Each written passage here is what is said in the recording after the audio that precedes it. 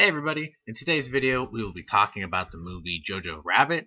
Again, sort of like midway, this is a sort of spoilery review, I guess, because the movie is about World War II. So if you don't want to know anything, just know that the movie's very heartwarming and at the same time like heartbreaking. It's a roller coaster of emotions, and there's a quote at the end of the movie I'll say later in the video, and that's kind of the point of it. It's a really great movie, and I do think everyone should go out and see it. So let's get started. JoJo Rabbit. The plot is basically there's a young boy. He is, I believe, 10 or 11 years old, and he's going to Nazi training school. This movie does take place in Germany during World War II. It takes place towards the end of the war. And so he's a Nazi fanatic. He loves being a Nazi. His mother is more so like, you're not a Nazi, you're 10 years old. But he's like, no, I am. I'm serving my country. And his best friend is an imaginary friend, and it's Adolf Hitler. And the person who plays Adolf Hitler is also the writer and director of the movie, who's Taika Waititi. Everyone knows Taika recently from Thor Ragnarok. He directed that and was Korg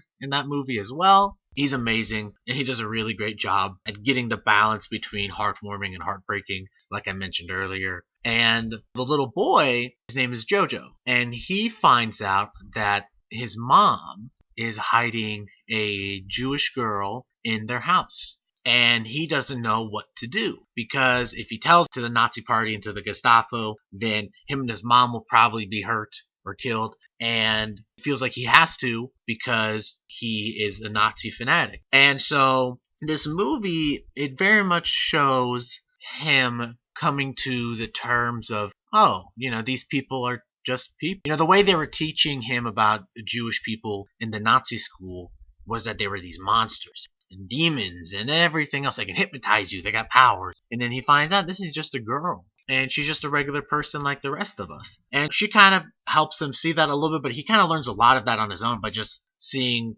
the reactions and everything. And he has a little buddy of his, like an actual friend, and he starts talking to him about like Jewish people, and he was just like, I don't know. He's like, we caught some in the forest and they seemed like normal people. And he's like, what? They're not normal. And he's like, I don't know. I feel like they kind of are. And it's interesting just to see a kid's brain wrap around this idea that there's, this falsification of the truth. And, who does he trust? Because he feels like at first he can't trust his mother because his mother isn't super Nazi like he is. And, it's assumed that the rest of the country is. But as the movie unfolds, you start seeing that, not a lot of people were like super crazy like that. He has a run-in with the Gestapo. And they are super fanatics like he is at the beginning of the movie. But you see that transition through the movie. And there's a lot of very heartwarming pieces during the movie that, there's a lot of funny bits because the movie's told through a kid's perspective, and it's very interesting. And then sometimes you get his mother's perspective or other characters, but it's kind of from his viewpoint.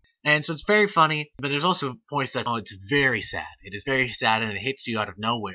And so, but there's this very nice balance. You're laughing and crying of laughter, and then you're just crying of actual sadness. And only person like Taika could find that interesting balance of a movie like this. And yeah, it's very good. It's very good. It's one of those movies that is, I think, more important than people realize because maybe certain things are resonating today. And I think it's one of those movies that you should go see. It's a very interesting movie. And of course, the performances are great. From the little kid is amazing. He's really incredible. And all the actors in the movie are really good. You'll see some famous people that you recognize as well throughout it. There's a quote I want to pull up. It's that the very last thing you see in the movie. And once the movie ends, you're like, wow, this makes sense. And so the quote is, let everything happen to you. Beauty and terror, just keep going. No feeling is final. And that's it. That's the quote. And it's by the German poet mentioned in the film, Rainer Maria Rilke. And yeah, no, I think it's quite a beautiful quote. And not only does it obviously very much apply to the film, but I think you should look at that in real life.